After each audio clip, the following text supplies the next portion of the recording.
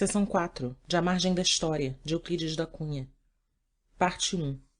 Terra sem História. Capítulo 4. Os Caucheiros.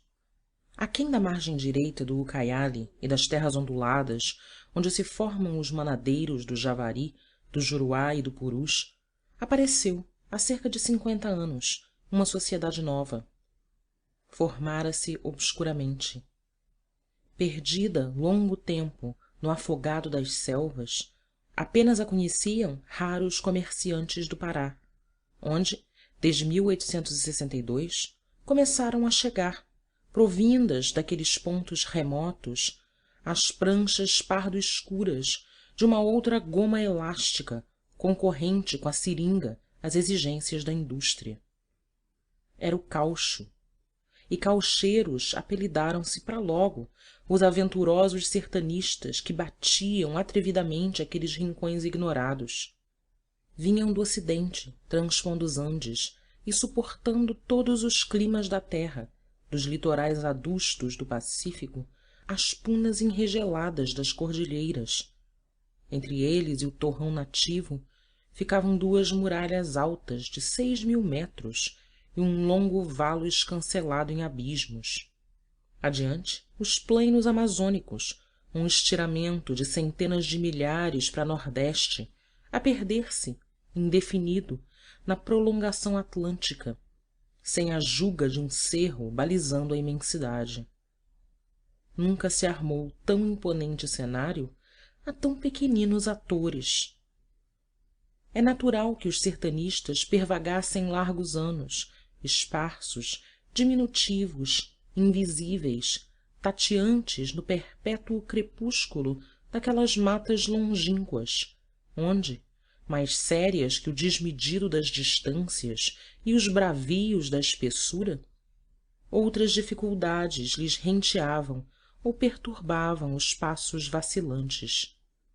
Realmente, toda a zona em que se traça, ainda pontuada, a linha limítrofe brasílio-peruana e irradiam para os quadrantes os formadores do Purus e do Juruá, as vertentes mais setentrionais do Urubamba e os últimos esgalhos do Madre de Dios, figurava entre as mais desconhecidas da América, menos em virtude de suas condições físicas excepcionais, vencidas em 1844 por F. Castelnau, que pelo renome temeroso das tribos que a povoavam e se tornaram, sob o nome genérico de chunchos, o máximo pavor dos mais destemerosos pioneiros. Não há nomeá-las todas. Quem sobe o Purus, contemplando de longe em longe até às cercanias da cachoeira os pamaris rarescentes, mal recordando os antigos donos daquelas várzeas, e dali para montante os ipurinãs inofensivos, ou, a partir do Iaco, os tucurinas que já nascem velhos, tanto se lhes reflete na compleição tolhiça a decrepitude da raça, tem a maior das surpresas ao deparar, nas cabeceiras do rio, com os silvícolas singulares que as animam.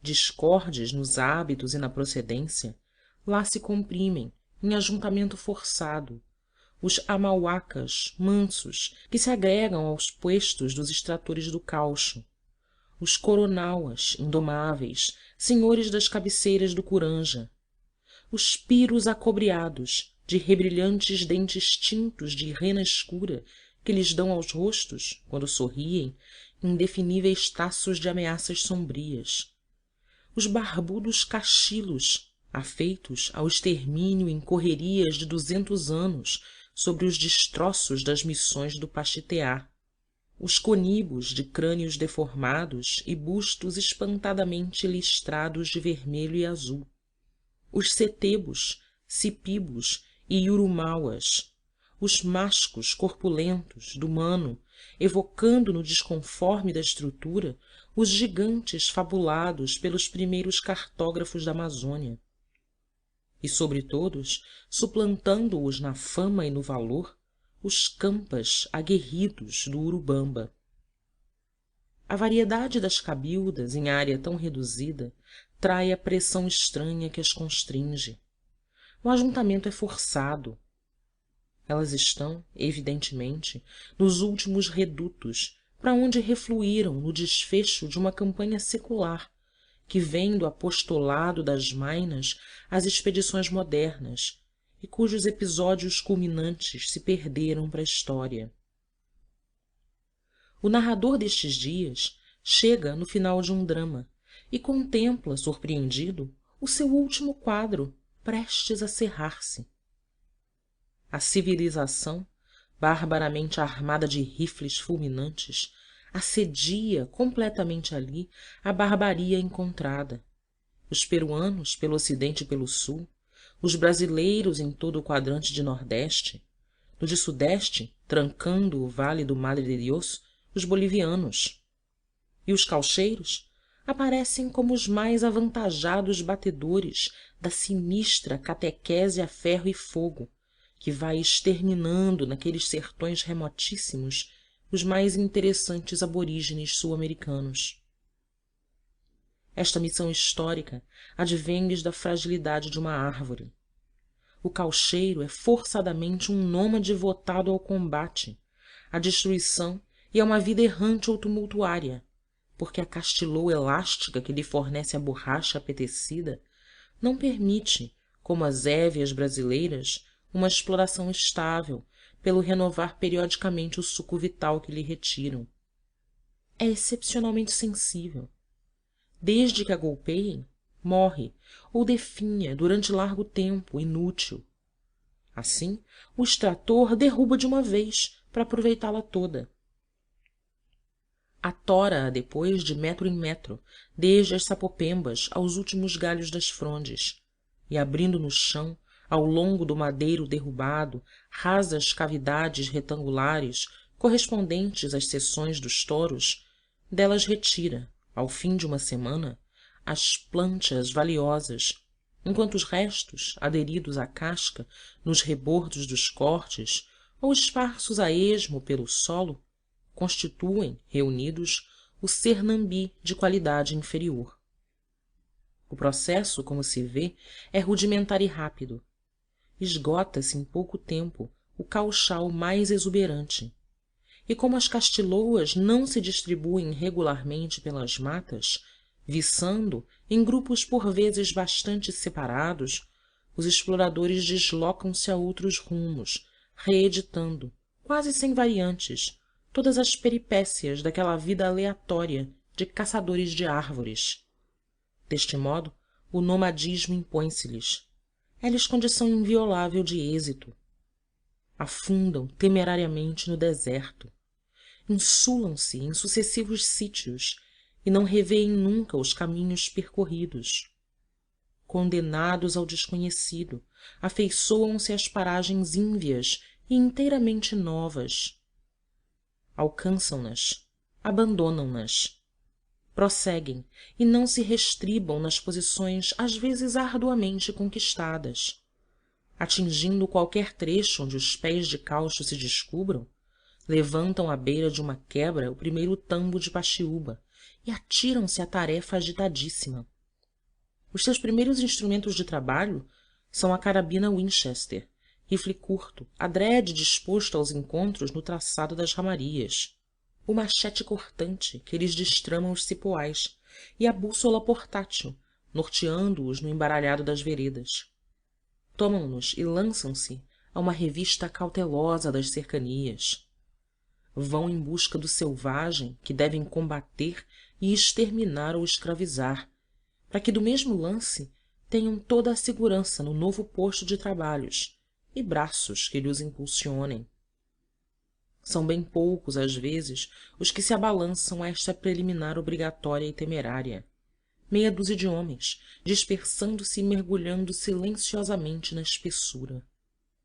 E lá se vão, perquirindo e sondando todos os recessos, batendo palmo a palmo todos os recantos suspeitos, anotando de cor, num exaustivo levantamento topográfico, de memória, os mais variados acidentes, ao mesmo passo que, com os olhos e ouvidos armados aos mais fugitivos aspectos e aos mais vagos rumores dos ares murmurantes da floresta, vão premunindo-se dos resguardos e ardilezas que se exigem naquele assombroso duelo sevilhano com o deserto. Alguns não tornam mais. Outros volvem indenes aos pousos depois da perquirição inútil. Algum, porém, ao cabo da pesquisa fatigante, lobriga ao longe, meio indistintas nas folhagens, as primeiras cabanas de selvagem. Mal refreia um grito de triunfo e não volve logo a comunicar aos companheiros o achado.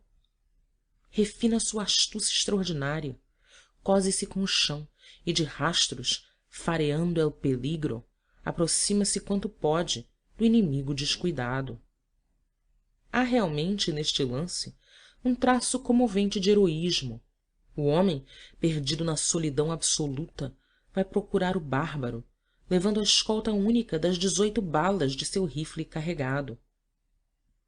É um rastejamento longo, tortuoso e lento, em que ele aproveita todos os acidentes, encobrindo-se por detrás dos troncos ou entaliscando-se nos ângulos das sapopembas, deslizando sem ruído sobre as camadas das ramas decompostas, ou insinuando-se entre as hastes unidas das helicônias de largas folhas protetoras, até que possa, no termo da investida surda e angustiosa, contemplar e ouvir de perto, quase à orla do terreiro claro, os adversários inexpertos e inscientes do civilizado sinistro que os espia e os conta e lhes observa as maneiras e lhes avalia os recursos. E volta depois do exame minucioso, levando aos companheiros que o aguardam todos os informes necessários à conquista. Conquista é o termo predileto, usado por uma espécie de reminiscência atávica das antiquíssimas algaras dos condutícios de Pizarro, mas não a efetuam pelas armas sem esgotarem os efeitos da diplomacia rudimentar dos presentes mais apetecidos do selvagem. A um ouvimos certa vez o processo seguido: se los atrae al ambo por medio de regalos, ropa, rifles, machetes, etc., y sin hacerlos trabajar, se les deja que vayan a tolderío a decir a sus compañeros L como son tratados por los caucheros, que no los obligan a trabajar, sino que les aconsejar que trabajen un poco y a voluntad para pagar aquilo que les dieron. Estes meios pacíficos, porém, são em geral falíveis. A regra é a caçada impiedosa, a bala. É o lado heróico da empresa. Um grupo inapreciável arrojando-se à montaria de uma multidão. Não se lhe pormenorizam os episódios. Subordina-se a uma tática invariável, a máxima rapidez do tiro e a máxima temeridade. São garantias certas do triunfo.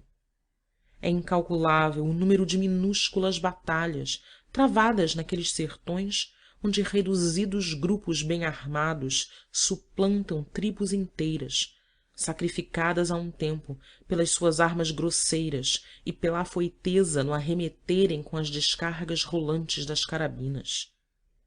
Citemos um exemplo único. Quando Carlos Fiscarral chegou em 1892 às cabeceiras do Madre de Dios, vindo do Ucayali pelo varadouro aberto no istmo que lhe conserva o nome, procurou captar do melhor modo os mashcos indomáveis que as senhoreavam. Trazia entre os piros que conquistara um intérprete inteligente e leal. Conseguiu sem dificuldades ver e conversar o curaca selvagem. A conferência foi rápida e curiosíssima. O notável explorador, depois de apresentar ao infiel os recursos que trazia e o seu pequeno exército, onde se misturavam as fisionomias díspares das tribos que subjugara, tentou demonstrar-lhe as vantagens da aliança que lhe oferecia, contrapostas ao inconveniente de uma luta desastrosa. Por única resposta, o mashco perguntou-lhe pelas flechas que trazia. E Fiscarral entregou-lhe sorrindo uma cápsula de Winchester. O selvagem examinou-a longo tempo, absorto ante a pequenez do projétil. Procurou debalde ferir-se, roçando rijamente a bala contra o peito. Não o conseguindo, tomou uma de suas flechas, cravou-a de golpe no outro braço, varando-o. sorriu, por sua vez, indiferente à dor, contemplando com orgulho o seu próprio sangue que esguichava. E, sem dizer palavra, deu as costas ao sertanista surpreendido, voltando para o seu tolderio com a ilusão de uma superioridade que a breve trecho seria inteiramente desfeita. De fato, meia hora depois, cerca de 100 mashcos, inclusive o chefe recalcitrante e ingênuo, jaziam trucidados sobre a margem, cujo nome, Playa Mashcos, ainda hoje relembra este sanguinolento episódio. Assim vai desbravando-se a região bravia. Varejadas as redondezas, mortos ou escravizados num raio de poucas léguas os aborígenes, os caucheiros agitam-se febrilmente na azáfama estonteadora. Em alguns meses ao lado do primitivo tambo multiplicam-se outros. A casucha solitária transmuta-se em amplo barracone ou embarcadeiro ruidoso. E adensam-se por vezes as vivendas em caseríos, a exemplo de Cocama e Curanja, à margem do Purus, a espelharem, repentinamente, no deserto, a miragem de um progresso que surge, se desenvolve e acaba num decênio. Os caucheiros ali estacionam até que caia o último pé de caucho. Chegam, destroem, vão-se embora. Nada pedem em geral à terra, à parte exíguas plantações de iucas e bananas, a que se dedicam os índios domesticados.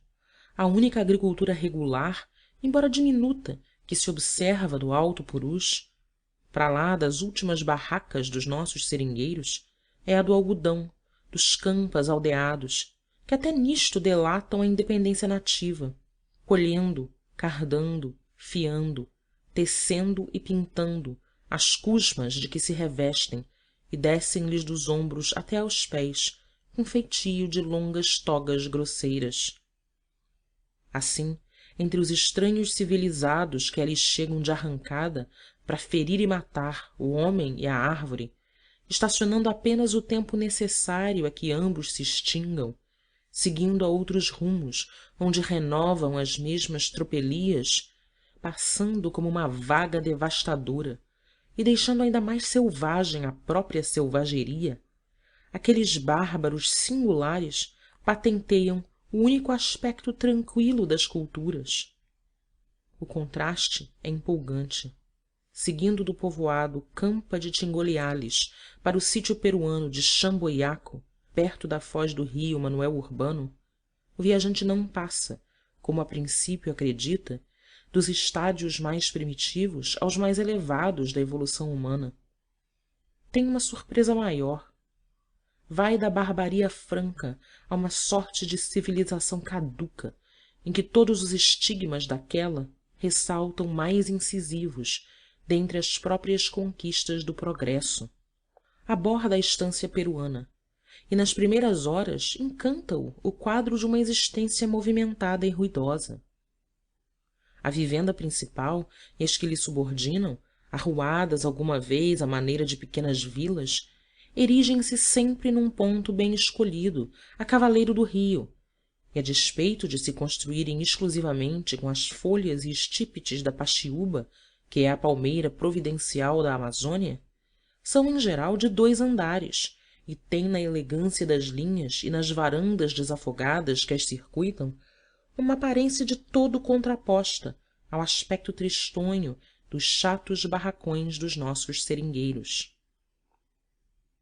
No terreiro amplo, acabando na crista da barranca caindo em talude vivo sobre o rio, uma agitação animadora e álacre, carregadores possantes passando em longas filas sucessivas, arcados sob as pranchas de caucho, administradores ativos rompendo das portas do andar térreo e correndo para toda a banda, para os armazéns refeitos de conservas ou para as tendas fulgurantes onde estridulam malhos e bigornas, reparando as achas e machetes.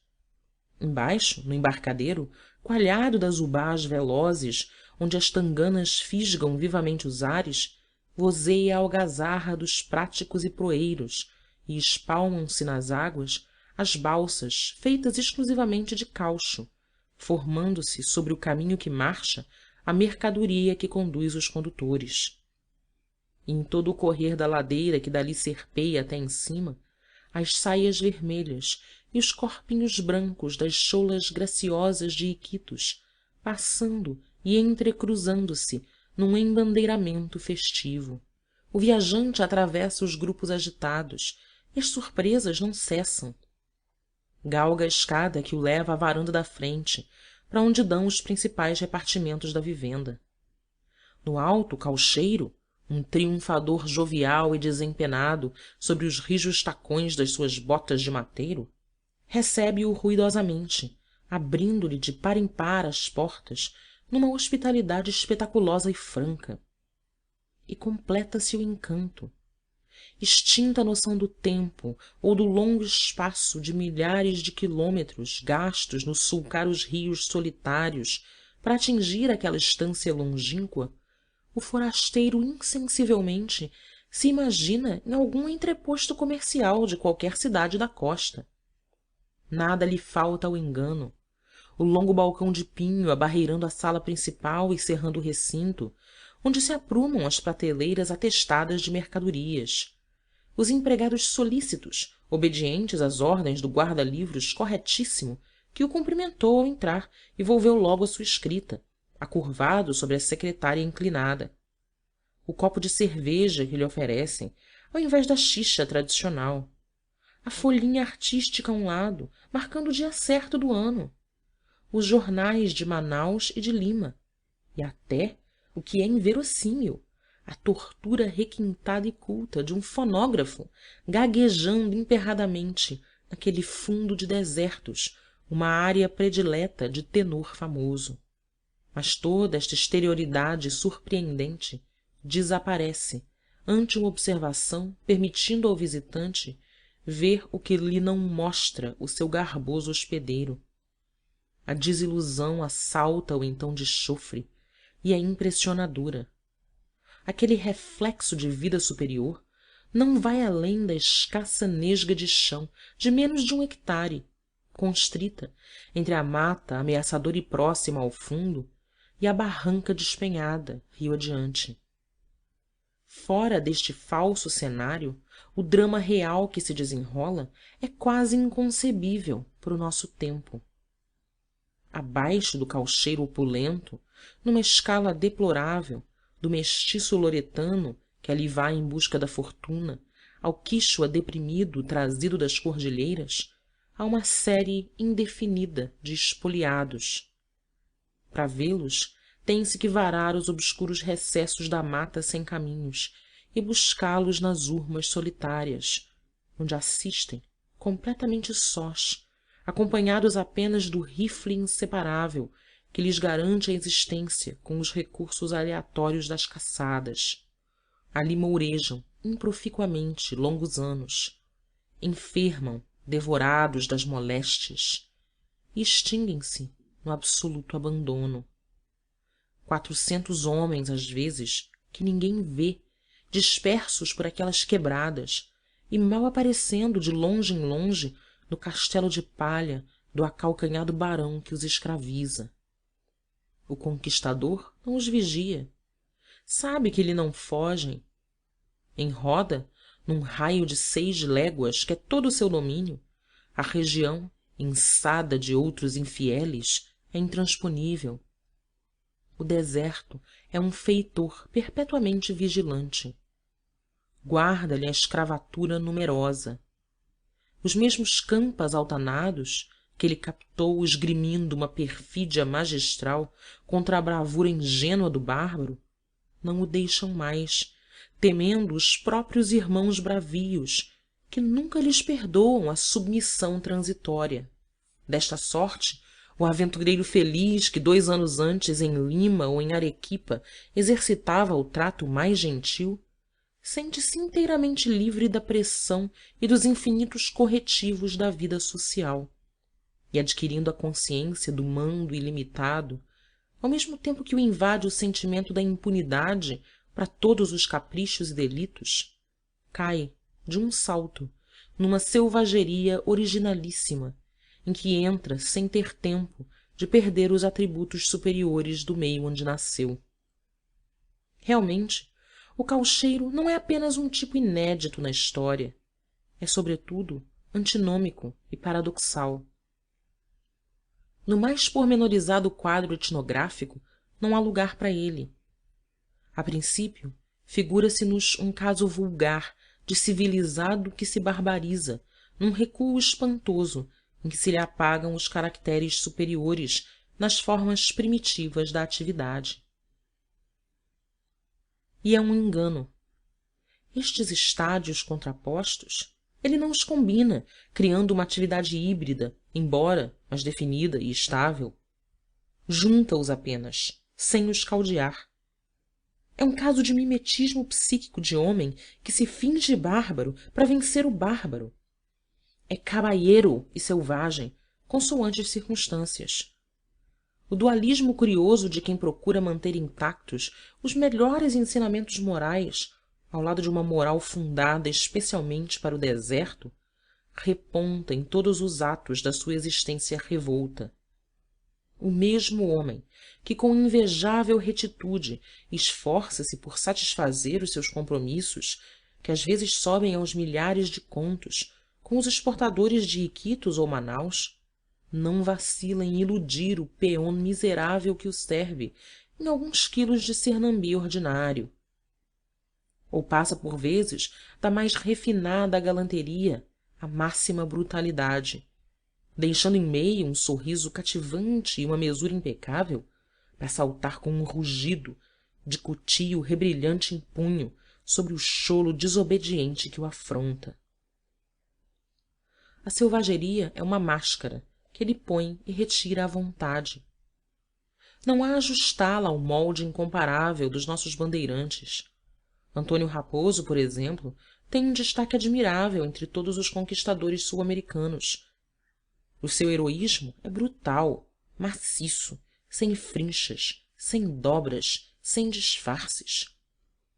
Avança ininteligentemente, mecanicamente, inflexivelmente, como uma força natural desencadeada.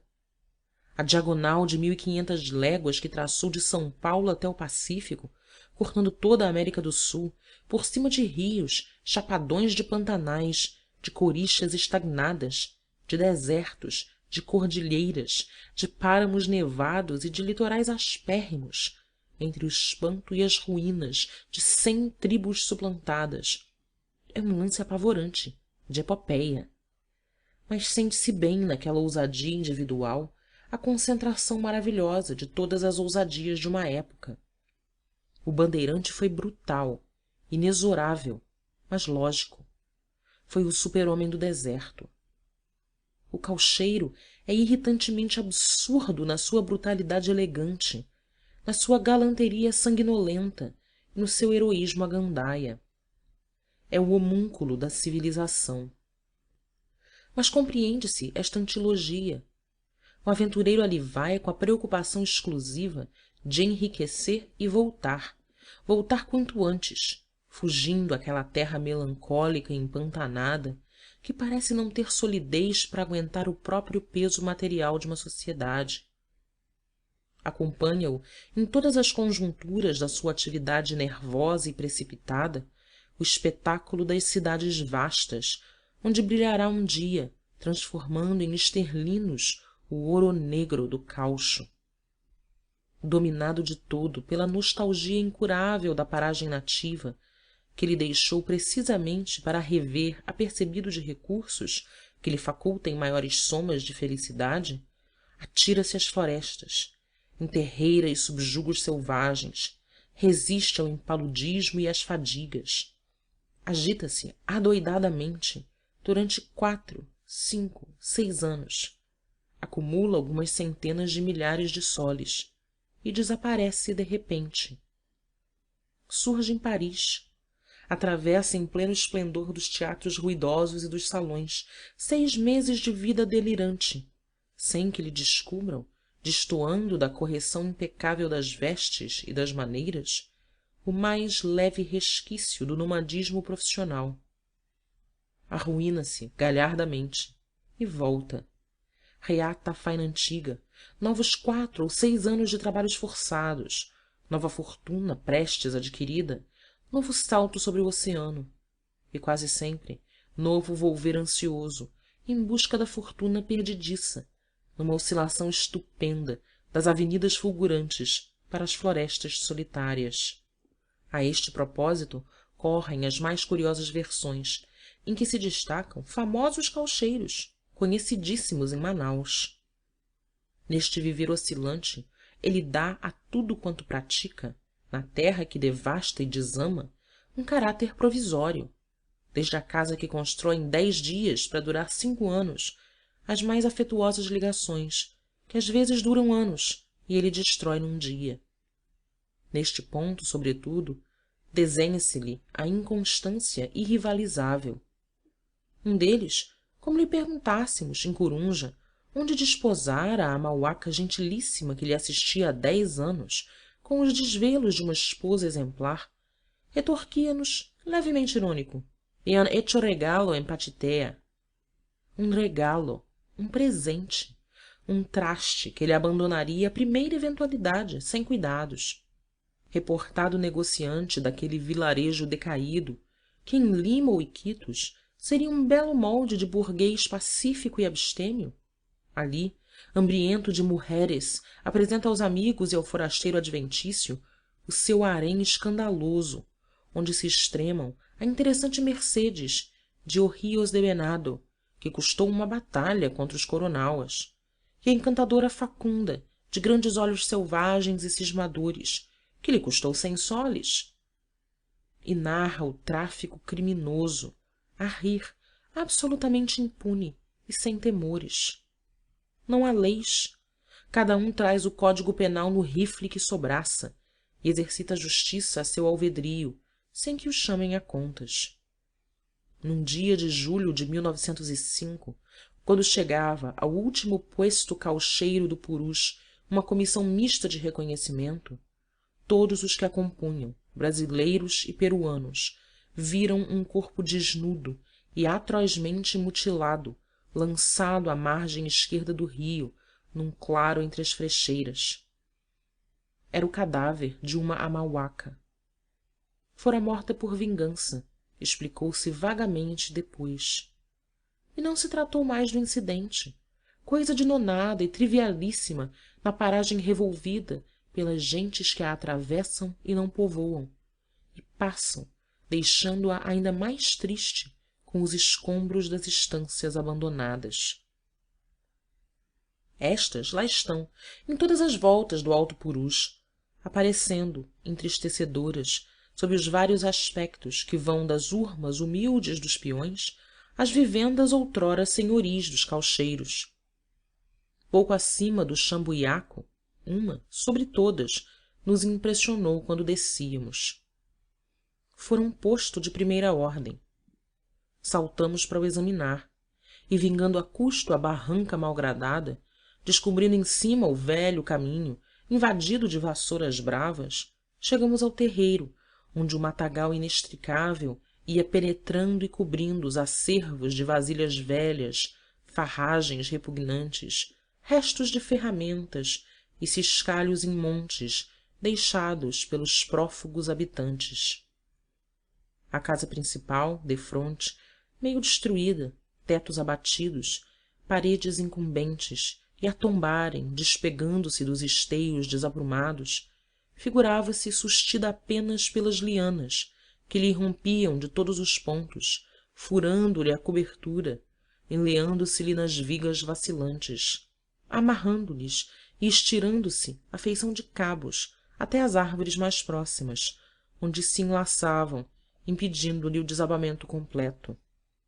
E as vivendas menores, anexas, cobertas de trepadeiras, exuberando floração ridente, apagavam-se, desaparecendo a pouco e pouco na constrição irresistível da mata que reconquistava o seu terreno primitivo.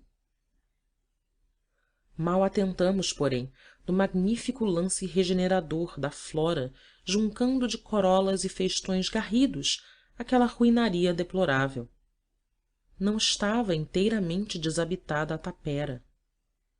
num dos casebres mais conservados, aguardava-nos o último habitante. Piro, amauaca ou campa, não se lhe distinguia a origem. Os próprios traços da espécie humana transmudava lhos a aparência repulsiva. Um tronco desconforme, inchado pelo impaludismo, tomando-lhe a figura toda, em pleno contraste com os braços finos e as pernas esmirradas e tolhiças, como as de um feto monstruoso. Acocorado a um canto, contemplava-nos impassível. Tinha a um lado todos os seus haveres, um cacho de bananas verdes. Esta cousa indefinível, que por analogia cruel sugerida pelas circunstâncias se nos figurou menos um homem que uma bola de caucho ali jogada a esmo, esquecida pelos extratores, respondeu-nos às perguntas num regougo quase extinto e numa língua de todo incompreensível. Por fim, com enorme esforço, levantou um braço, estirou-o lento para a frente, como a indicar alguma cousa que houvesse seguido para muito longe, para além de todos aqueles matos e rios, e balbuciou, deixando-o cair pesadamente, como se tivesse erguido um grande peso: amigos. Compreendia-se. Amigos, companheiros, sócios dos dias agitados das safras, que tinham partido para aquelas bandas, abandonando-o ali na solidão absoluta. Das palavras castelhanas que aprendera, restava-lhe aquela única. E o desventurado, murmurando-a com um tocante gesto de saudade, fulminava, sem o saber, com um sarcasmo pungentíssimo, os desmandados aventureiros que àquela hora prosseguiam na faina devastadora, abrindo a tiros de carabinas e a golpes de machetes novas veredas a seus itinerários revoltos e desvendando outras paragens ignoradas, onde deixariam, como ali haviam deixado, no desabamento dos casebres ou na figura lastimável do aborígene sacrificado, os únicos frutos de suas lides tumultuárias, de construtores de ruínas. Fim do capítulo 4.